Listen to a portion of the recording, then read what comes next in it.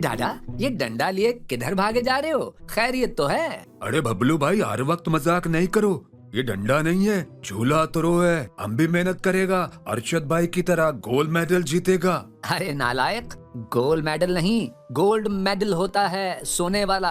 अरे बबलू, सोने जागने का नहीं पता होता, गोल ही है। तुमने कभी देखा हो तो तुमको पता चले। अरे मियाँ, तुम जीते मैं हारा, मगर बगैर ट्रेनिंग के तुम कैसे कोई खेल जीत सकते हो? इसके लिए तुम्हें बहुत मेहनत और वसाइल चाहिए। यार बबलू, हम तो बहुत मेहनत वाला है, बस वसाइल नहीं है, मसाइल ही मसाइल है इधर। अरे तो फिर क्रिकेट खेल, वहाँ 11 खिलाड़ी होते हैं और पैसा भी बहुत है। बबलू भाई, हम तुम्हारे जितना अक्लमंद तो नहीं है, मगर हमको लगता है कि ये क्रिकेट का खेल बाकी सारे खेलों को कहा गया है। जिधर देखो ये गिरगिट चल रहा होता है। गिरगिट नहीं, क्रिकेट होता है।